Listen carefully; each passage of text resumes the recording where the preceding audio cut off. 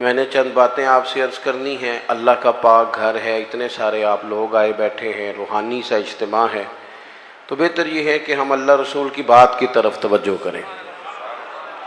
इंसान अपनी ज़िंदगी में अमल करने के लिए हमेशा किसी न किसी की पैरवी करता है। बहुत सारे लोग हमारे में से मानते नहीं हैं, लेकिन सारे लोग ही कानों के कच्चे होते हैं।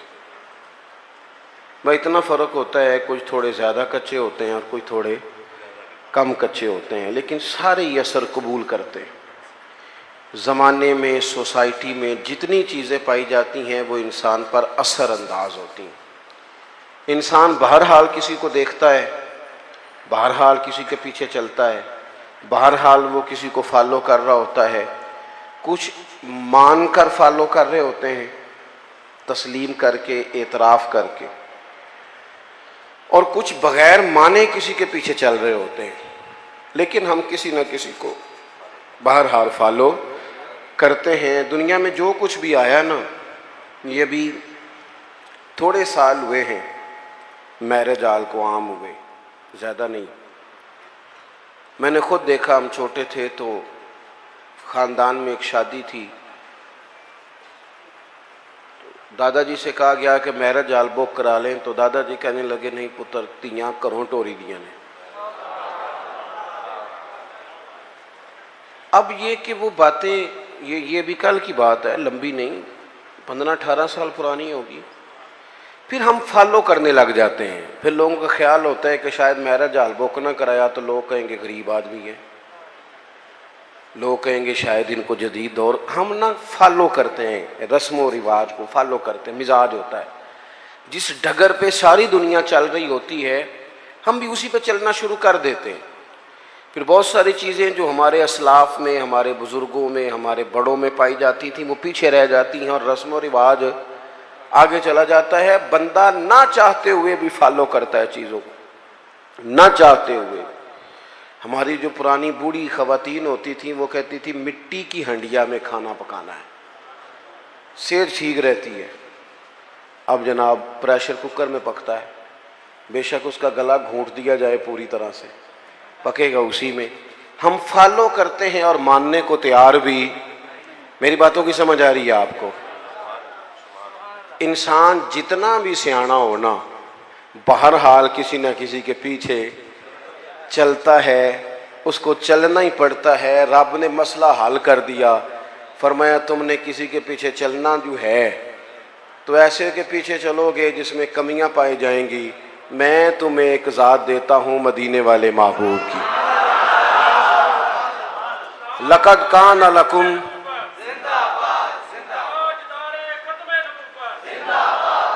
लक़द कान लकुम फ़ी रसूलिल्लाहि उस्वतुन हसना। फरमाया तुम्हारे लिए नबी पाक अलैहिस्सलाम की जिंदगी में बेहतरीन नमूना है। सोनी बात है, हुजूर का तर्ज जिंदगी इख्तियार करो, नबी पाक के तरीकों पे चलो। हुजूर सैयद आलम सल्लल्लाहु अलैहि वसल्लम ने जो तुम्हें दिया है वो लो, हुजूर के रस्तों के मुसाफिर बनो। नबी पाक की सुन्नत को, शरीयत को, हुजूर के तरीकाकार को इख्तियार करो, अपनाओ। हम अगर नबी करीम अलैहिस्सलाम की तालीमात को पहले तो मोहब्बत से समझें, पढ़ें, गौर करें, सुने। ये जो हमारे जितने काम है ना, ये सारे हो गए रटे रटाए, रटे रटाए। यानी मेरी ज़ाती राय ये है कि अगर एक महफिल सिर्फ इसलिए रख ली जाए कि पर्दे में ख़वातीन बैठेंगी, सामने मर्द बैठेंगे और सिर्फ मियाँ बीवी के हुकूक जो किताब व सुन्नत में आए हैं वो बयान किए जाएं। हो सकता है उस पर वाह वाह कम हो, नारे थोड़े लगें, वेला भी थोड़ियाँ हों, दाद भी कम हो, इमदाद भी कम हो सकता है ये सारी दिहाड़ी दपे वाले मामला कमज़ोर हों, लेकिन जो रोज़ाना सैकड़ों की तादाद में तलाक़ें होती हैं, मेरा ख्याल है वो कम हो जाएंगी।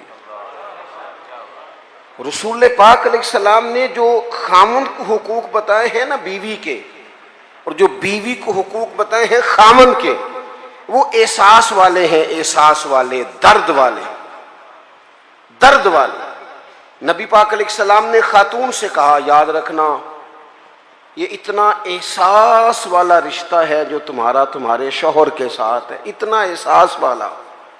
ये नहीं फरमाया कि खुदा के अलावा किसी को सजदा जायज़ होता तो मैं अपने आप को कराता, ये नहीं फरमाया। इस बात की नज़ाकत को समझे। फरमाया रब के अलावा किसी को सजदा जायज़ होता तो मैं बीवी से कहता शौहर को करे। किस हद तक महबूब ने इस नज़ाकत को, और मर्द के लिए भी इसी तरह बयान किया। मर्द के लिए बाहर बड़े अच्छे, बड़े जनाब बेहतरीन, बड़े चौधरी साहब, बड़े साहब, बड़े अल्लामा, बड़े मुफ्ती, बड़े फलान, और घर में मूड ही नहीं सीधा करते। सुबह से बैठी है बेचारी, उसने कोई बात करनी है तेरे साथ, और ये घर की सारी टेंशनें लेके घर आ गया, कहता मैं एडा थके आया, तू मैनू गल सुना रही है। तू किसको सुनाए, किससे बात करे? नबी करीम का उसवा हसना देखें तो हुजूर एहसास करते साथ वालों का। हमारी जिंदगी हमारी जात से शुरू होती है। मैनू रोटी पूछी जे कि नहीं, मेरे कपड़े इस्त्री होए ने कि नहीं, मैनू प्रोटोकॉल, वो तो किसी और की भी सोचना। तेरे सब खुशियां तेरे साथ ही वाबस्ता है। खुदा मुझे ऐसी खुदाई ना दे कि अपने सिवा कुछ दिखाई ना दे। हुजूर का उसवा हसना क्या है? लो हदीस पाक सुनो, आप खुश हो जाएंगे। हुजूर एक दिन घर में बैठे बैठे मुस्कुराए और फरमाया, आयशा जब तुम मुझसे राजी होती हो फिर भी मुझे पता चल जाता है, और जब तुम्हारे दिल में कोई बात होती है मुझे फिर भी पता चल जाता है। हजरत आयशा बड़े तजस्सुस से अर्ज करने लगी, या रसूल अल्लाह सल्लल्लाहु अलैहि वसल्लम, मैं और आपसे नाराज? हुजूर ने फरमाया, बताऊं फिर? या रसूलल्लाह फरमाइए। तो महबूब फरमाने लगे, तुम कभी कभी कसम उठाती हो? हुजूर उठाती हूँ। फरमाया, जब होती हो ना राजी तो कहती हो मुझे मोहम्मद मुस्तफ़ा के रब की कसम, और जब नाराज होती हो ना, दिल में को बात होती है, तो फिर कहती हो मुझे हजरत इब्राहीम खलील के रब की कसम। फिर तुम हजरत इब्राहीम का नाम लेती हो। कुर्बान जाए, क्या अदा है मदीने वाले महबूब, क्या क्या शुगुफ्ता अंदाज है कि जुमलों का एहसास करना के साथ वाला सोचता क्या है, उसकी कैफियत क्या है, वो कहां खड़ा हो गया है, उस बेचारे के जज्बात क्या हैं। हजरत आयशा सिद्दीका तो रो ही पड़ी, अर्ज करने लगी, कुर्बान जाऊं करीम महबूब, यहां तक ख्याल रखते हो? कोई जरूरी है कि कोई रो के दुखड़ा सुनाए तो सुनना है? उसके लफ्जों से गौर करो, उसके जुमलों पर गौर करो, उसकी बातें देखो, उसकी गुफ्तगू कहां है और वो कहां पहुंच गया है बेचारा, उस दर्द को महसूस करो। हुजूर फरमाने लगे, हाँ मुझे पता चल जाता है। तो सैयदा आयशा अर्ज करने लगी, या रसूलल्लाह फिर कसम है मुझे उस रब की, इसने आपको रसूल बनाया है, मैं नाम ही छोड़ती हूं पर मेरे दिल में हमेशा मदीने वाले रसूल मौजूद रहते हैं। थोड़ा सा ना हुजूर का उसवा हसना, हमें ज्यादा मुश्किल बार नहीं है, घरों में है, ज्यादा मुश्किल बार नहीं, ज्यादा मुश्किल घर में। आप सुने जी, अल्लाह खुश रखे, हूँ मैं जाना तो मेरा काम जाने, अल्लाह आपको खुश रखे। थोड़ा डाटा हूँ, आप मेरी बात पर तवज्जो करें। अजीज दोस्त, होता ये है, बस सिर्फ इस मामले डाटा हूँ, बाकी अल्लाह माफ फरमाए, बाकी काम सादा ही है। आप परेशान हो गए, बल्कि ज़्यादा परेशान हो गया पास दोस्त, पता नहीं क्यों डांटे हैं, बड़े सादे हैं जी। अल्लाह ताला हमसे दरगुजर करे, बस कबूल करे। आप गौर करेंगे क्या कह रहा हूँ। देखो हमें ना ज़्यादा मसाइल घर के अंदर हैं, बाहर नहीं। कुछ बंदे ऐसे होते हैं जो ज़्यादा वज़ादार होते हैं, पर्दा रखते हैं, पसंद नहीं करते, वरना घरों के अंदर की परेशानियां बंदे को बाहर भी कमज़ोर कर देती हैं। ये जो बाहर बंदे बड़े तलख होते हैं ना, मोटरसाइकिलों की टक्कर होती है, ये बेचारे घर में परेशान होते हैं।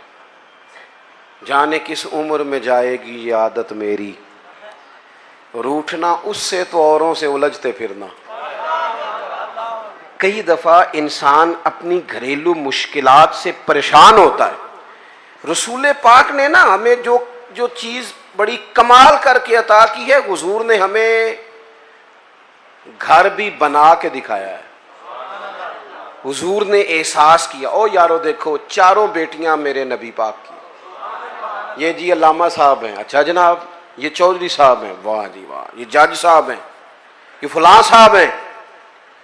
इन्होंने कभी बच्चे को हाथ नहीं लगाया। बच्चा किसका है? या भी इनका बच्चा है तो कोई अर्ज नहीं कंधे पे उठाने पे, कोई मना नहीं। अगर नबी करीम से ज्यादा तो एजाज नहीं ना किसी का। तो आप सही बुखारी पढ़ें, हुजूर की जो सबसे बड़ी नवासी है हजरत ज़ैनब की बेटी जनाब उमामा बिनते ज़ैनब, बड़ी नवासी, बुखारी में मौजूद है। हुजूर नमाज पढ़ने आते थे तो नवासी को साथ उठाया होता था।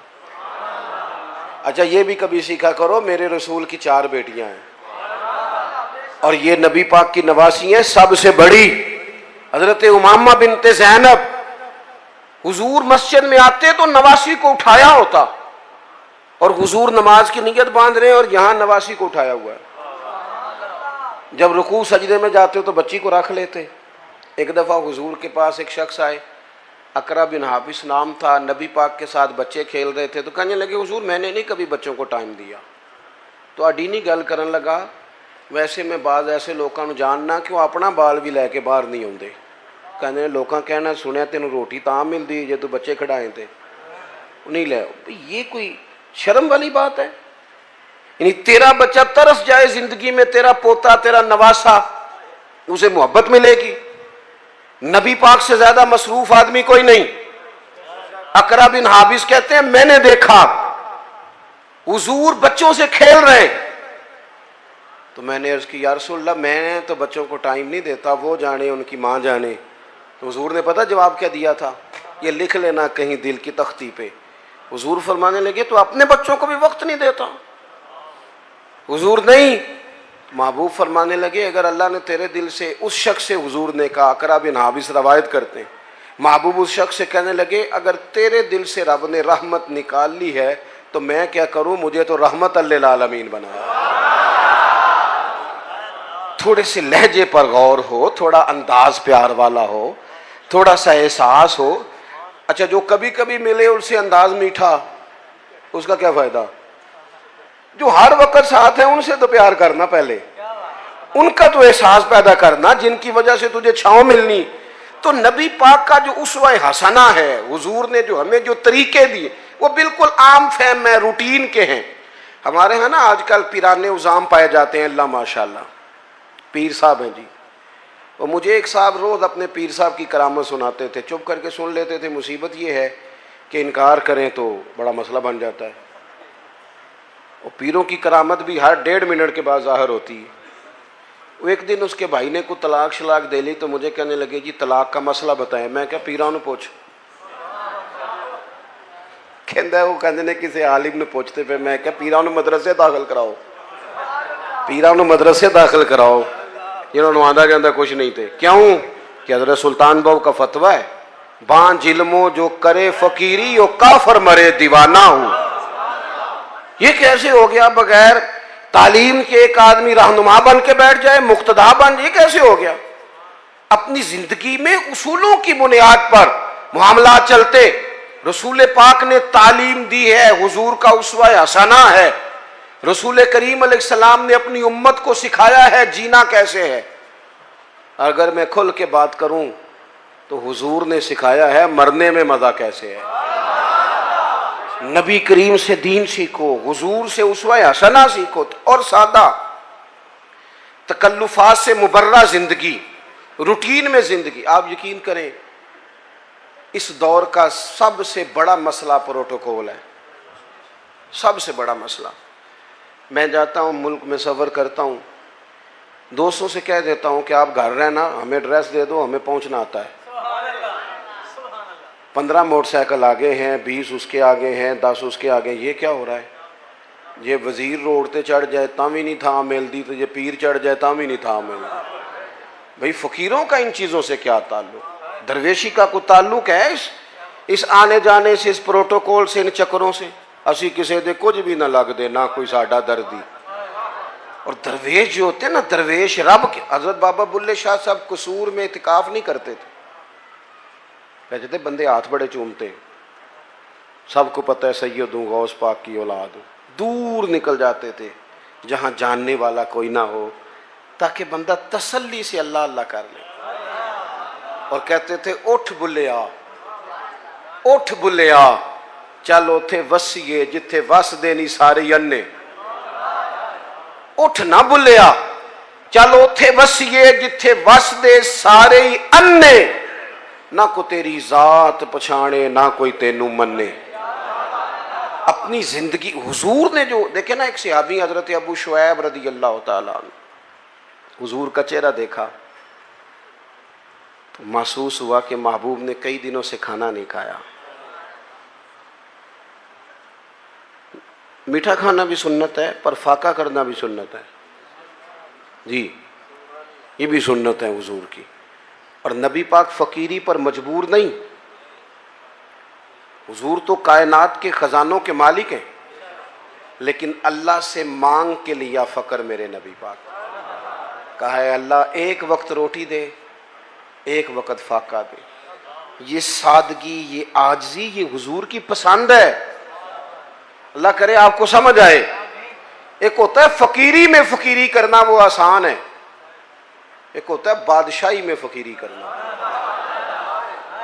ये जो मदीने वाले रसूल ने की है, ये बादशाही में फकीरी की है। बादशाही में फकीरी, सादा तर्ज जिंदगी, लोग आपसे मिल सकें, प्यार कर सकें, बात कर सकें, गुफ्तगू हो सके, आप तक रसाई आसान हो, आपका लहजा सादा हो, आप कहीं जाएं तो लोग तकलीफ में ना आ जाएं, आपके 100 किस्म के नाज नखरे ना हो जिंदगी। हुजूर फरमाते हैं मिल्लत के जवानों सुनो, ये शौक छोड़ दो। कई दफ़ा ना ज़्यादा दौड़ लग जाती है तो पैसा मिल जाता है, रिश्ते पीछे रह जाते हैं। इस तरह होता है कि वो हम देख देख के ना लोगों के मालो दौलत को तो अपना इस तरह का मिजाज बना लेते हैं कि वो हर चीज़ दौलत के तराजू में तुलने लगती है। इंसान कमज़ोर पड़ जाता है, मादियत के रिश्ते गालब आते हैं, रूहानियत पीछे रह जाती है। अल्लाह के महबूब अलैहिस्सलाम ने फरमाया कि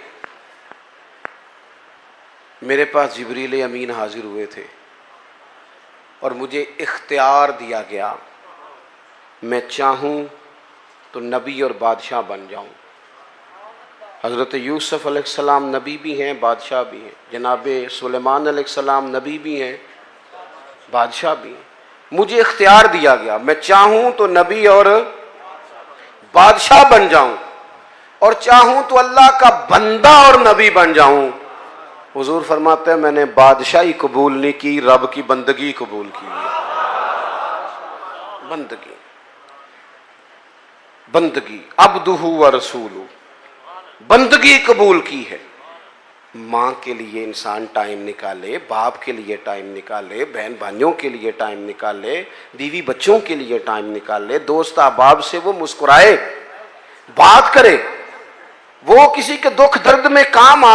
हुजूर तीमारदारी करते थे, किसी के यहाँ चले जाते थे, नबी पाक अलैहिस्सलाम अश्कशोई करते थे, एक प्लेट के अंदर गुलाम के साथ बैठ के खाना खा लेते थे। नबी करीम सल्लल्लाहु ताला अलैहि वसल्लम ने हमें जो उसवा हसना दिया है, वो काबिल अमल दिया है। हम दूर निकल गए हैं, हम आजमाइश में आ गए। हम लोगों ने जानबूझ के जाती तौर पर ही अपना कुछ एजाज बना लिया है, वो हमारी जान नहीं छोड़ रहा। मैंने बातें ज़्यादा नहीं करनी, तकरीरें पेट भरने को नहीं होती, अमल करने को होती हैं। मकसूद कोई मसला समझाना है। मैं आपको जो बात समझा रहा हूँ आप उस पर गौर करें। मैं किसी भी मौके पर अपनी बात को बड़ी जल्दी समेट दूंगा। याद रखना, हुजूर का जो हज़रत अबू शुएब रदी अल्लाह ताला अन्हु कहते हैं कि भाई जो दरवाजे में दोस्त खड़े हैं ये बैठ जाएं। नहीं, आप नहीं पीछे देखें जी, थोड़ी नहीं गल, तुसी नहीं वेखना जी, कमाल हो गई, थोड़ी तो मेरी तो यारी लग गई है। तो आप लोग बैठ जाएं जी दरवाजे में जो हैं, बस जी बस। देखे ना, मसला मुक भी गया है, इन्नी को तो गल सी। आप तवज्जो करें। हज़रत अबू शुएब रदी अल्लाह ताला अन्हु फरमाते हैं कि महबूब के ना चेहरा नूर पे मैंने देखा कि महसूस हुआ कि 2-4 दिन से खाना नहीं खाया। मैंने ना फटाफट बंदे गिने हुजूर के साथ कितने। घर में मैंने कहा 5 लोगों का खाना पकाओ। ये जरा बात को समझना। कहते हैं नबी करीम अलैहिस्सलाम को मैंने जाके अर्ज की हुजूर खाना पक गया, तशरीफ ले आए। हुजूर तशरीफ ला रहे 4 लोगों के साथ। अचानक एक साहब मिलने आए थे, वो भी साथ हो गए। अब हुजूर ने मेज़बान से पता क्या फरमाया? फरमाया ये आपने शुमार नहीं किए थे, अगर आप इजाज़त देते हैं तो आ जाते हैं, वरना वापस जाते हैं, वरना वापस जाते हैं। ਇੱਥੇ ਰੋਸ ਪੈਂਦੇ ਜੇ ਮੁੰਡੇ ਵਾਲੇ, ਉਹਨਾਂ ਨੂੰ ਆਖੀ ਨਾ ਤੁਸੀਂ ਬੰਦੇ ਜ਼ਿਆਦਾ ਲਿਆਉਂਦੇ ਨੇ, ਤੇ ਉਹ ਕਹਿੰਦੇ ਤੁਸੀਂ ਰੋਟੀ ਵੀ ਨਹੀਂ ਦੇ ਸਕਦੇ। ਤੇ ਮੇਰਾ ਸਵਾਲ ਹੈ, ਤੁਹਾਨੂੰ ਘਰੋਂ ਨਹੀਂ ਲੱਭਦੀ? कुड़ी वाले को ही खानी जे। खुदा के बंदो इतना बोझ डालोगे? किसने तुम्हें ये कहा है सारा कुछ करने को? इस तरह की बातें हुजूर सैयद आलम ने वो उसवा हसना दिया जो आसान है, जो सामने वाले के लिए तकलीफ का बायस नहीं बनता, जिसमें कोई आदमी बोझ महसूस नहीं करता, लोग तकल्लुफात का शिकार नहीं होते। हुजूर ने फरमाया आप कहते हैं तो आ जाते हैं, वरना वापस जाते हैं। अर्ज की हुजूर मेरे माँ बाप कुर्बान, आपके साथ आया, बिस्मिल्लाह करके आए। हुजूर आए ना, जिंदगी में, अपने मामलात में, अपने तर्ज हयात में इस तरह की चीजें पैदा करें जिससे कुशादगी हो। देखो, जब तक इंसान अपने दिल में बोझ रखता है ना किसी भी चीज का, वह बेसुकून रहता है। आपके जिस्म पर थोड़े से धब्बे लग जाए ना, कोई मसलन ये मैंने कुर्ता पहना है तो कोई एक बटन टूट जाए ना, तो किसी को टेंशन हो ना हो, मुझे बड़ी होगी कि यार मेरा बटन टूटा है, महफिल में जा रहा हूँ। नफसियाती तौर पर इंसान गैर मुतमईन होता है।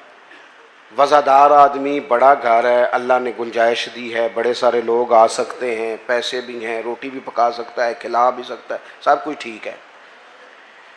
लेकिन अगर कोई बंदा बिल्कुल दरवाजे पे आके कहना मैं आ गया हूं, तो वो इतना वज़ादार बंदा भी, डेरेदार भी बुरा महसूस करता है।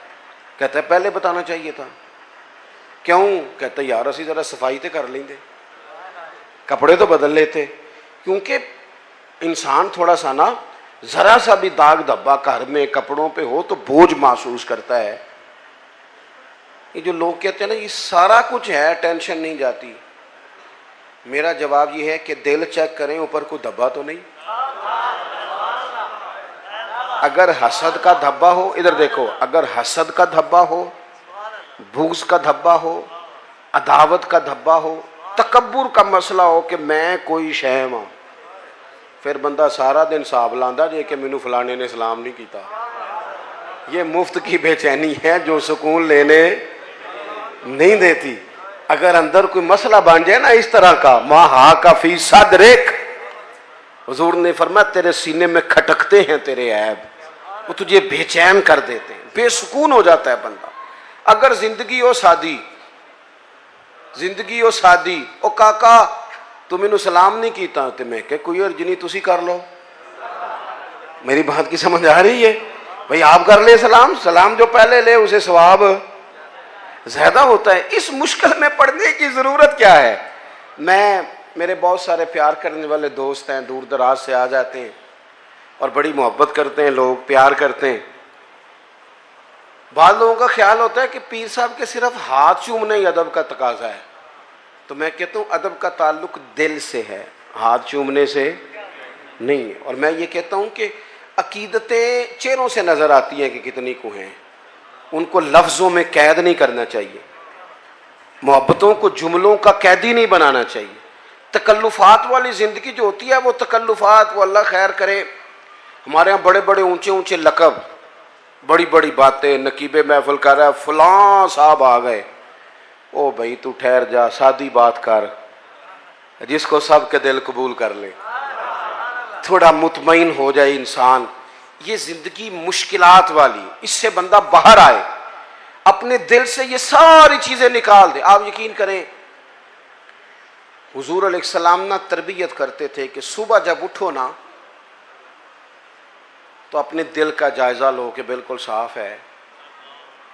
और यहां तक हुजूर ने फरमाया कि अपनी बीवी से बुग़्ज़ ना रखना। फरमाया अगर उसकी एक बात तुम्हें ना पसंद है तो उस पर गौर कर लो जो तुम्हें पसंद है, लेकिन किसी एक आध बात की वजह से बुग़्ज़ ना पैदा कर लेना, मुकाबले में ना उतर आना। वो साढ़े यहाँ एक फखर और भी है, वो मुंडा कहता है जी मैं कभी सहुरियां दे घर नहीं गया, मैं तो बाहर ही ला के आ जाना। मैं क्या, को कमाल है, किसी की बेटी को बुनियाद बनाकर इज्जत करा लेना, ये तो कोई मुश्किल काम नहीं, कोई बात है करने वाली। अल्लाह के रसूल ने तो फरमाया ससुर तेरा बाप है, उस्ताद तेरा बाप है, तू फखर बता रही, फखर वाली बात है? ये तो तुझे थोड़ा सा शर्म करके बात बतानी चाहिए थी। किस तरह की चीजों को हमने अपना एहसास बना लिया, किस चीज को बाइसे फखर, को बाइसे फखर बातें। मेरे दोस्तों, दिलों में किसी के लिए कोई बात ना हो। नबी पाक अलैहिस्सलाम ने फरमाया, ए अंस मेरे बेटे, ये हुजूर अपने गुलाम को बेटा कह रहे हैं, या बुनैया कहते थे जनाब अंस बिन मालिक। ए अंस, ए मेरे बेटे, तुमसे हो सके तो सुबह इस हाल में करना कि तुम्हारे दिल में किसी का बुग़्ज़ ना हो। और अगले लफ्ज़ क्या हैं? हुजूर फरमाने लगे, ये मेरी सुन्नत है, और जिसने मेरी सुन्नत से मोहब्बत की उसी ने मुझसे मोहब्बत की है। निरा मिसवाक लेके दांत साफ करना ही सुन्नत नहीं, दिल साफ करना भी सुन्नत है। दिल साफ करना भी सुन्नत है, ये भी तिरमिज़ी की हदीस में मौजूद है। मैं बस बात ख़त्म करने लगा हूँ, आप गौर करेंगे। हज़रत अब्दुल्ला इब्न उमर कहते हैं, हम नबी पाक की बारगाह में बैठे थे, दो लोग। आप तवज्जो करें जी मेरी, आप एक बात भी समझ गए ना। देखिए आप कितने सारे लोग माशाल्लाह आए हैं और इतनी मोहब्बत से आप आए हैं। अगर एक बात आज अपनी हम तरबियत कर लें, एक ज़्यादा नहीं, एक बात अगर जलसों को कानों की लज्जत समझ के ना लो, खुदारा बड़ी हो गई तकरीरें, बड़ी हो गई बातें, बड़े हो गए नारे, दीन तो अमल के लिए आया है। अब उसकी अमली सूरतों पर भी आए ना। मैं अक्सर दोस्तों से पूछता हूँ, सब ने हदीस सुनी हुई है ना कि एक औरत ने कुत्ते को पानी पिलाया था तो बख्शिश हो गई थी, सुनी है ना। लेकिन यहाँ सड़क पे गाड़ी से टकरा के कुत्ता मर जाए ना, तो उसका गोश्त गाड़ियों के टायरों से लग के सड़क से हटता है, कोई बंदा छड़ी के साथ भी साइड पे नहीं करता। किस लिए सुनते हैं तकरीरें, किस लिए पढ़ते हैं जुमे? क्या समझा हुआ है कि सिर्फ ये बातें बातें करने के लिए? दीन तो अमल के लिए आया है। जो कौम, मुझे अल्लाह ने तौफीक दी, हमने खिदमत की वहाँ थोड़ी सी बड़ी मुख्तसर सी, सबसे थोड़ी हमारी है, सैलाब ज़दगान के लिए हम गए।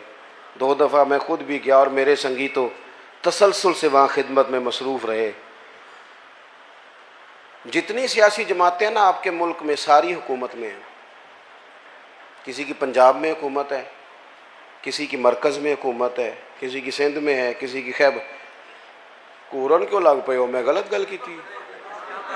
बड़ी आपने गौर शुरू कर दी है। हाँ हाँ, खूब करे हमद से थोड़ा सा गिला भी सुन ले, थोड़ा सा तो सुने ना, सच्ची बात तो सुने। है ना सबकी हुकूमत, सारे हुकूमत में, क्यों नहीं गए ये सारे सैलाब? वहाँ जाके डेरा लगाते ना। मैं, और जब तक खबरें तेज थी ना कि सैलाब आया हुआ है, हमारे दिल भी नरम थे। जिस दिन से खबरें ठंडी हैं, सैलाब वालों के घर बन गए हैं, सबके चले गए वो घरों में, हम तो चुप कर गए क्योंकि खबरें ठंडी हो गई। हम तो ट्रेंड पे चलते हैं, मीडिया वार पे चलते हैं। जिंदगी हकीकतों से गुजरती है, खबरों से नहीं गुजरती, हकीकतों से। किसी के घर रात रहना पड़ जाए तो किसी के कमरे में नींद नहीं आती। मुझे बताओ, जो 2 महीने से झोंपड़ियों में बैठे हैं उन्हें कैसे नींद आती है? बेटियां सांझी नहीं होती, तो जो सड़कों में बैठे हैं बच्चियों समेत, बस हम लोग, मर्जी हमारी अपनी है, मखसूस सा हमारा मिजाज है, उसके मुताबिक जिंदगी गुजारना चाहते हैं। असल एहसास है जो रसूल करीम ने अता फरमाया। अब तो ऐसी हवा चली है कि हर शख्स सोचता है तमाम शहर जले, बस एक मेरा घर ना जले। ये हमें बना दिया गया है, ये खुद गर्जी सिखा दी गई है, मादा परस्ती। बहरहाल बात ज़्यादा नहीं करनी। हज़रत अब्दुल्ला इब्न उमर कहते हैं, मैं और जनाब अनस बिन मालिक हुजूर की बारगाह में बैठे थे, अचानक दरवाजे पर दस्तक हुई। हुजूर ने फरमाया, दरवाज़ा खोलो, जो बंदा दरवाजे पे आया है वो जन्नती है।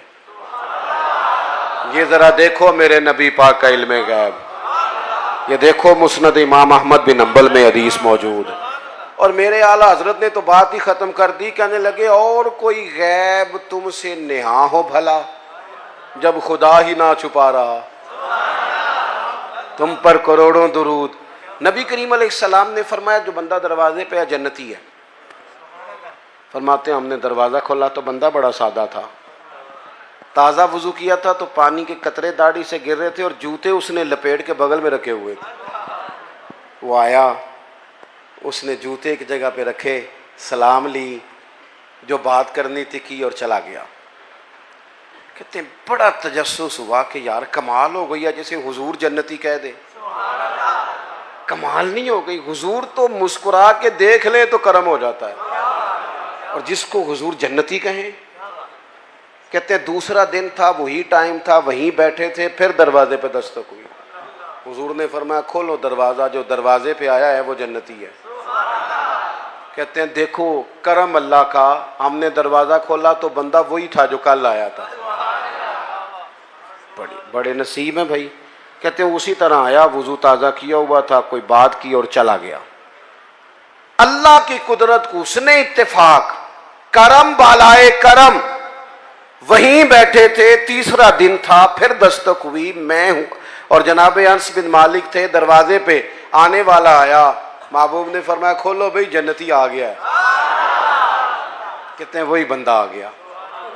मैं बरेली शरीफ में हाजिर था इंडिया में, तो आला हजरत के भाई हैं मौलाना हसन रज़ा, उनके पोते थे शेखुल हदीस मौलाना तहसीन रज़ा रहमतुल्लाह ताला अलैह।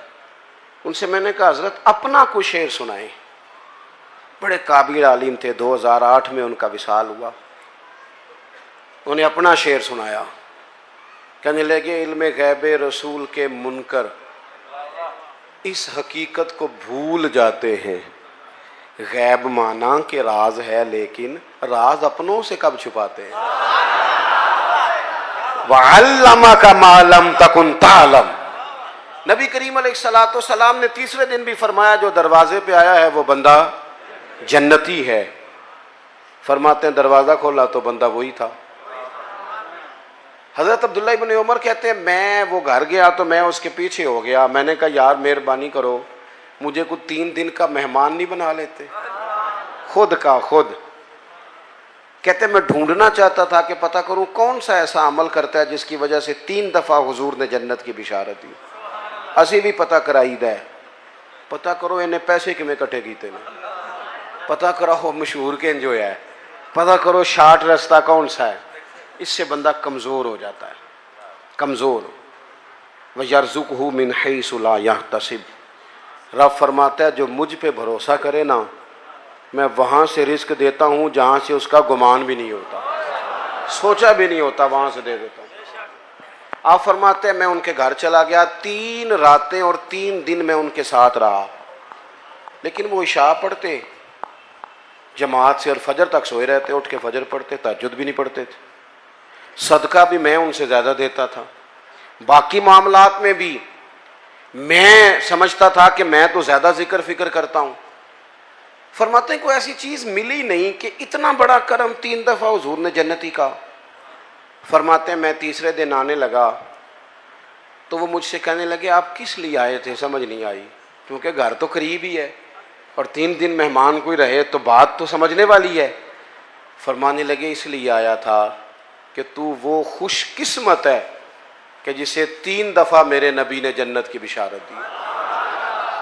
बस मेरी बात मुकम्मल हो गई, आपने गौर करना है मेरी बात पे। और खुदारा अगर आप सिर्फ सोच लेंगे ना थोड़ा सा इसको कि मैं क्या कह रहा हूँ, तो शायद मेरे लिए कुछ ज़ख़ीरा या आखिरत बने। थोड़ा सोच लेना थोड़ी देर के लिए, थोड़ा गौर करना क्या कह रहा हूँ।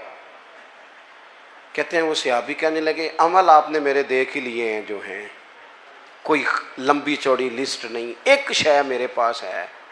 ये मुस्नद इमाम अहमद बिन हंबल में हदीस मौजूद है। कहने लगे एक शय है और मुझे उम्मीद है वही सबब बनी है अल्लाह रसूल के करम का वो क्या? फरमाने लगे मैंने जब भी अपना सीना देखा है ना, मेरा सीना बड़ा साफ है, ना बुग़्ज़ है, ना अदावत है, ना कीना है, ना हसद है, ना किसी के लिए। 14 तबक दिले दे अंदर ते असां तंबू वांगू ताणे, दिल दरिया समुंदरों डूंगे। ते कौन दिलां दियां जाने। कहने लगे सीना कुशादा है, सीने में हसद अदावत बुग़्ज़, जो सीने साफ करे ना उसके लिए बिशारतें होती हैं। हुजूर ने जो हमें उस्वा-ए हसना दिया है वो सादा है, खुले दिल वाला है, अपनी ज़िंदगी नबी करीम के तरीक़ों, किसी न किसी को फॉलो करना जो है तो रसूल करीम को करे ना, नबी करीम की बारगाह में हाजिर होना, ताकि हमारी ज़िंदगी के सारे मामलात बेहतर हो सकें। दुआ करता हूँ जिन दोस्तों ने इतना अच्छा इहतमाम किया और जो तशरीफ़ लाए, अल्लाह सब की हाज़िरी कबूल फरमाए।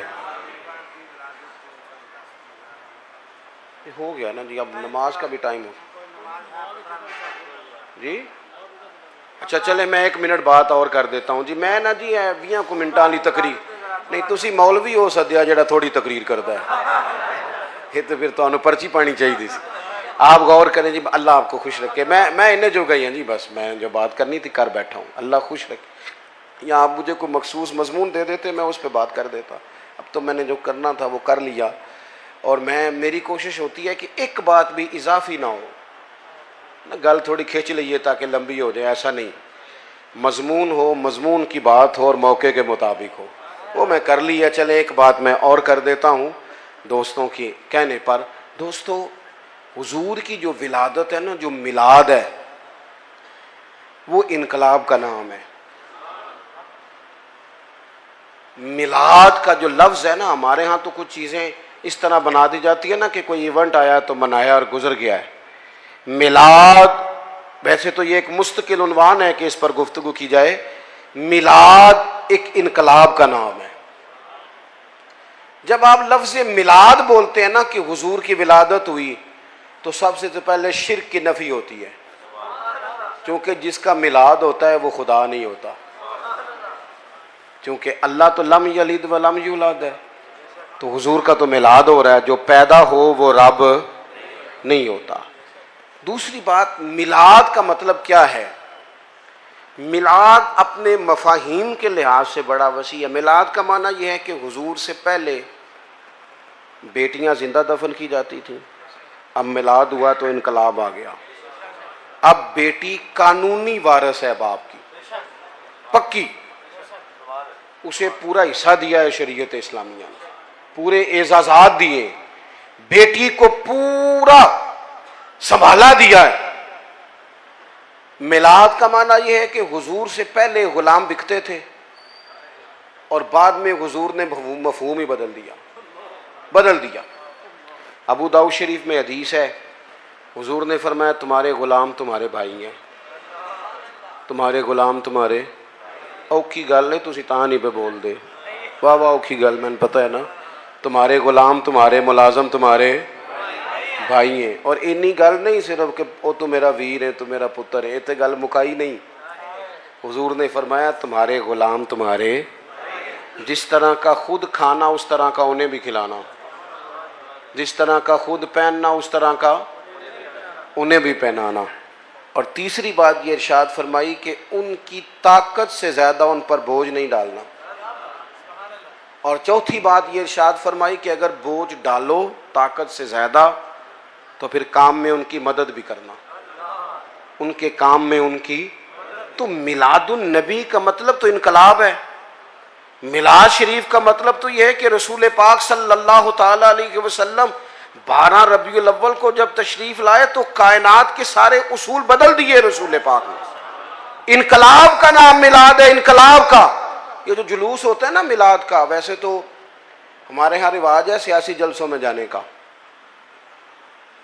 और वहाँ लोग जाते हैं बड़ी खुशी से, लीडर को राजी करना होता है ना, फिर ये भी नहीं पूछते कि जाना जायज़ है कि नाजायज़ है, ये भी नहीं पूछते। जेड़ी गड्डी कदे किसी माड़े दी काम नहीं आई वो 6 बंदे पाए होंगे, और आज उसके टूटने का भी खतरा नहीं। अगे भी फोटो, पीछे भी फोटो, दाएं भी फोटो। क्या करते हो, किन के पीछे भागते हो?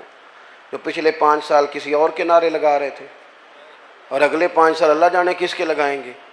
ये जो मिलाद का जुलूस होता है ना, मिलाद का जुलूस, ये उम्मत का नबी से रिश्ता बयान करता है। यहां जब नारा लगता है ना तो वो इस बात का तकाजा करता है कि अब गुलामी के बुत टूट गए सारे, इनकलाब आ गया। विलादत मुस्तफ़ा करीम सल्लल्लाहु ताला अलैहि वसल्लम इनकलाबी फ़िक्रों का नाम है, इनकलाबी सोचों का नाम है।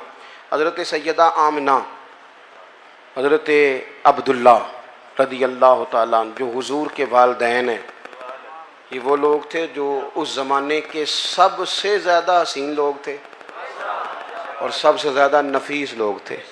पाक पुश्तों पाक रहमों से अल्लाह ने मेरे रसूल को पैदा फरमाया।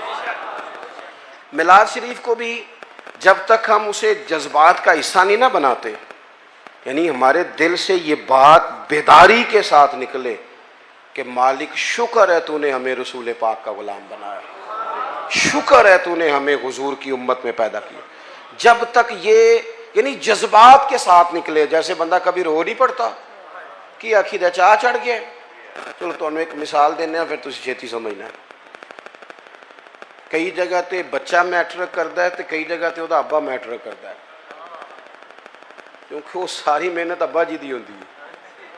अब्बा जी बेचारे जोर देते हैं, पीछा करते हैं। देखो कुछ मुंडे नाराज तकते ने मैनू, मैं सही कह रहा हूँ। मेरा दिल करता है कई बार कुछ बच्चे मैटर करते हैं तो उन्होंने अब्बा जी ने आखा तुसां कीता है, नहीं तो इन्हें को नहीं सी करना। बाज़ जगह वालिद ही करता है मैट्रिक और उसे बड़ी खुशी होती है, थोड़ी सी टेंशन भी होती है। जब मैट्रिक किया था तो 31 मार्च को नतीजा आता था, तो जिन्हें जिन्हें पेपर दिते होंगे सन 1 मार्च तो नमाज भी शुरू कर लेंगे सन, उनका वालिद भी शुरू कर लेता था, क्योंकि नतीजा आता था ना 31 मार्च को। वो फिर 31 मार्च को अब्बा जी एडे राजी होंगे सन, एडे राजी होंगे सन, एडे राजी होंगे सन, मुंडा पास हो गया है कि जेडे बंदे ने नहीं भी ना खुश होना उन्होंने भी फोन कर लेंगे सन, कह सन भाई मुबारक होवे तेरा भतीजा पास हो गया। वो भी चलो जिस तरह की भी उस मुबारक दी, जवाब में मुबारक, लेकिन वो खुशी ऐसी होती थी जो संभाली नहीं जाती थी। वो मुबारक हो भी बेटा पास हो गया है, जब वो भी कहता था खैर मुबारक, हालांकि रवैया उसका वो नहीं था। आप बात को समझ लें, कुछ खुशियाँ संभाली नहीं जाती, ना समझ आए तो हज़रत अनस बिन मालिक फरमाते हैं वो दिन नहीं भूलता जिस दिन हुजूर हिजरत करके मदीने आए थे। नबी पाक हिजरत करके मदीना आए तो जो सहाबा में जोश खरोश था, जो मोहब्बत थी, जो रंग था, जो अंदाज था, वो इतना अनोखा और निराला था कि फरमाते हैं आंखों के सामने से मंजर जाता। बनु नज्जार तगड़ा कबीला था अरब का, बच्चियां दफ लेके बैठ गई। वो नन्ही बच्चियां जो बैठकर वहां दफ बजाती थीं और रसूल पाक की जानिब इशारे करके गाती थी और कहती थी हम हैं बच्चियां नज्जार के आली घराने की, खुशी है आमना के लाल। तुर गए यार जुदाइयां वाले हो, मैनू छड़ गए बिच परदेसां, होए उठन जोगी ना छड़ गया मैनू, हो